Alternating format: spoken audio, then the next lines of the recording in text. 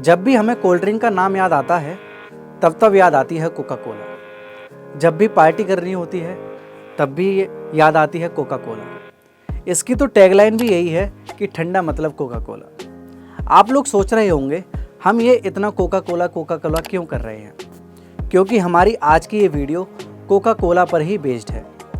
आज हम आपको कोका कोला से जुड़ी छोटी से छोटी और बड़ी से बड़ी बातें बताएंगे। क्या आप जानते हैं कोका कोला की ब्रांडिंग एक कोल्ड ड्रिंक के तौर पर नहीं बल्कि एक दवा के तौर पर की गई थी? क्या ये बात आपको पता थी? कमेंट करके हमें कमेंट सेक्शन में ज़रूर बताएं। ऐसे ही और दिलचस्प सीक्रेट जानने के लिए बने रहें इस वीडियो में। सबसे पहले आपको बताते हैं कोका कोला का सफ़र कैसे शुरू हुआ। फार्मासिस्ट जॉन पेम्बरटन ने साल 1886 में 8 मई को एटलांटा की जेकब फार्मेसी में पहली बार कोका कोला बेची थी। 1885 में जॉन पेम्बरटन ने फ्रेंच वाइन कोका कोला बनाई और अगले साल उसे कोका कोला के रूप में विकसित किया। इसके सेवन से सिरदर्द के इलाज का दावा किया गया था। जब इसे लॉन्च किया गया तो कोकेन और कैफीन प्रमुख रूप से इसमें प्रयोग होती थी। कोका कोला कंपनी के पास आज की तारीख में 400 से ज़्यादा बेवरेज ब्रांड हैं। 2003 तक कोका कोला गैर एल्कोहलिक बेवरेज बनाने और डिस्ट्रीब्यूटर करने वाली दुनिया की सबसे बड़ी कंपनी बन गई थी। लेकिन इसके पीछे भी एक कहानी है जिसे सुनकर आप लोग हैरान रह जाएंगे। तो हुआ यूं कि अमेरिका में गृह युद्ध जारी था। इस दौरान साल 1865 में जॉन पेम्बरटन नामक एक लेफ्टिनेंट कर्नल बुरी तरह जख्मी हो गया। उसके जख्म उसको बहुत तकलीफ दे रहे थे। दर्द से राहत पाने के लिए पेम्बरटन ड्रग का नशा करने लगा और फौज की नौकरी छोड़ दी। कोलंबस के बदले जॉर्जिया में रहने लगा। जख्म ठीक हुए लेकिन ड्रग्स लेने की उसकी लत नहीं गई। इसके बदले उसने इसका विकल्प ढूंढना शुरू किया। बता दें कि पेम्बरटन ने फौज में नौकरी करने से पहले फार्मेसी का कोर्स भी किया था। वो अपने इलाज के लिए रिसर्च करता रहा लेकिन उसे हर बार निराशा ही लगी। अंत में पेम्बरटन 1870 के आसपास अमेरिका के बड़े शहर एटलांटा में जाकर बस गया। अमेरिका में गृह युद्ध भी समाप्त हो चुका था। जिंदगी पटरी पर लौटने लगी, लेकिन पेम्बरटन को जीवन में कुछ खास सफलता नहीं मिली। आगे उन्हें अमेरिका के एक और साथी का साथ मिला जिनका नाम फ्रैंक रॉबिन्सन था। उसके साथ मिलकर एक केमिकल कंपनी खोली। फ्रैंक अकाउंट और मार्केटिंग देखने लगा।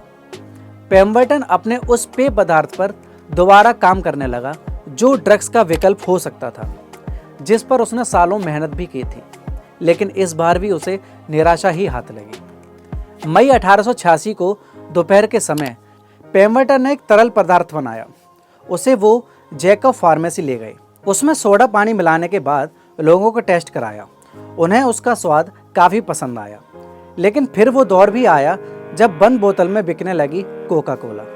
तो आइए जानते हैं क्या हुआ साल 1894 में जोसेफ बी हेंडरन नाम के एक बिजनेसमैन ने कोका कोला को बोतल में डालकर बेचना शुरू कर दिया।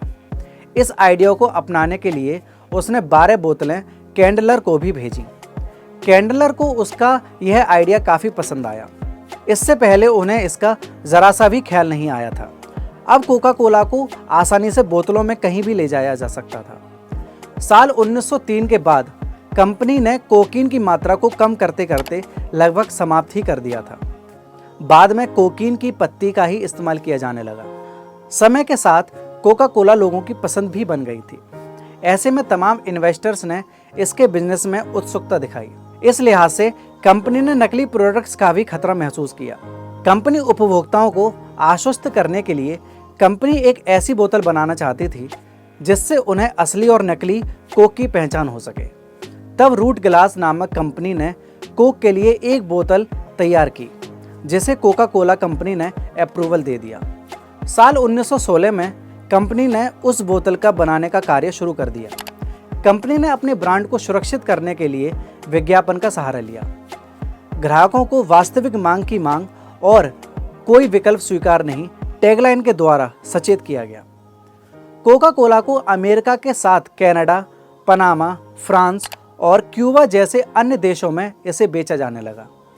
साल 1923 में रॉबर्ट वुडरफ ने कैंडलर से कंपनी को खरीद लिया। रॉबर्ट कंपनी के तीसरे मालिक बने थे। उन्हें दुनिया भर में कोका कोला के बिजनेस को बढ़ाया। रॉबर्ट ने कंपनी को बुलंदियों तक ले जाने के लिए काफ़ी मेहनत की। साल 1928 में पहली बार ओलंपिक के दौरान खिलाड़ियों ने इसका इस्तेमाल किया। तब से लेकर आज तक कंपनी ओलंपिक को स्पॉन्सर भी कर रही है। विज्ञापन के माध्यमों से कोका कोला को बड़ी सफलता मिली। इन सब के बाद दूसरा विश्व युद्ध शुरू हुआ। अमेरिका भी इस युद्ध में शामिल हुआ। हजारों अमेरिकी सैनिक दूसरे देशों में भेजे गए। ऐसे में कोका कोला की प्रेसिडेंट रॉबर्ट वुडरफ ने फैसला लिया और कहा कि हर व्यक्ति को कोका कोला की बोतल 5 सेंट में मिलती है, मगर सिपाहियों पर कंपनी खर्च करेगी। युद्ध के दौरान सिपाहियों ने कोका कोला का आनंद उठाया।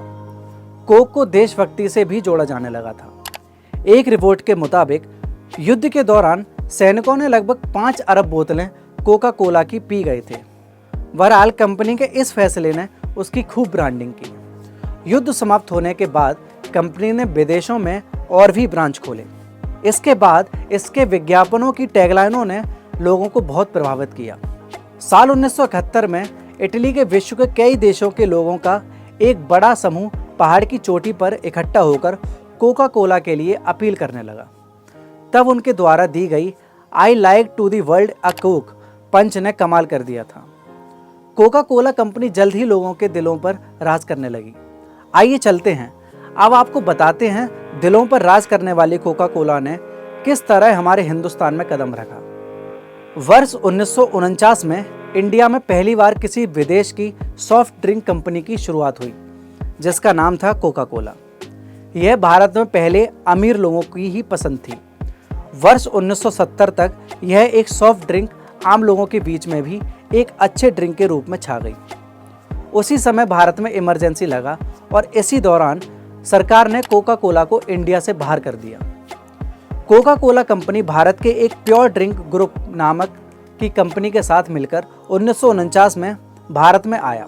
उस वक्त भारत में किसी भी तरीके के सॉफ्ट ड्रिंक का कोई भी मार्केट उपलब्ध नहीं था, लेकिन धीरे धीरे कोका कोला ने भारत में अपनी जगह बनानी शुरू कर दी।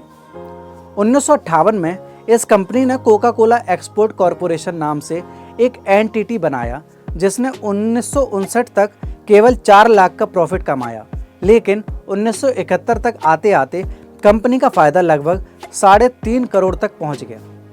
यहाँ हम आपको बताते हैं कि प्योर ड्रिंक ग्रुप उस समय कोका कोला को भारत में बनाने और सप्लाई करने का काम करता था, लेकिन सॉफ्ट ड्रिंक बनाने के लिए जो कॉन्सेंट्रेटर इस्तेमाल किया जाता था वह अमेरिका के कोका कोला प्लांट से ही निर्मित होकर आता था, क्योंकि कोका कोला अपना सॉफ्ट ड्रिंक बनाने का सीक्रेट किसी को शेयर नहीं करता है।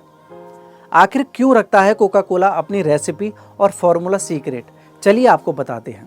कोका कोला के सीक्रेट फार्मूला को लेकर भले ही चर्चा रही हो, लेकिन इस फार्मूले का पता कंपनी के अधिकारियों तक को नहीं होता है। कंपनी के सिर्फ 2 एग्जीक्यूटिव ही इसका राज जानते हैं। हालांकि चर्चा यह भी है कि दोनों ही एग्जीक्यूटिव को आधा आधा फार्मूला पता है। खास बात यह है कि दोनों एग्जीक्यूटिव को फार्मूला पता होने के कारण कभी एक साथ नहीं रखा जाता। कंपनी की स्ट्रेटजी के तहत ये दोनों ट्रैवल भी अलग अलग ही करते हैं। फार्मूले की सीक्रेसी को लेकर वर्ष 2011 में कंपनी ने बयान भी दिया था कि उसका फार्मूला अपनी जगह सुरक्षित है और वो बाहर नहीं आ सकता।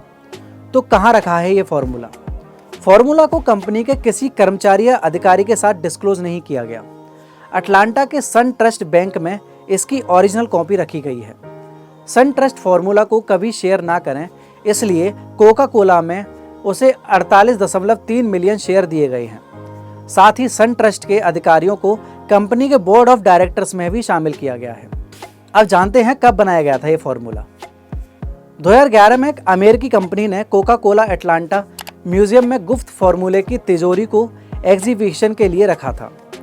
1925 से इसे अटलांटा के बैंक की तिजोरी में सुरक्षित रखा जा रहा है।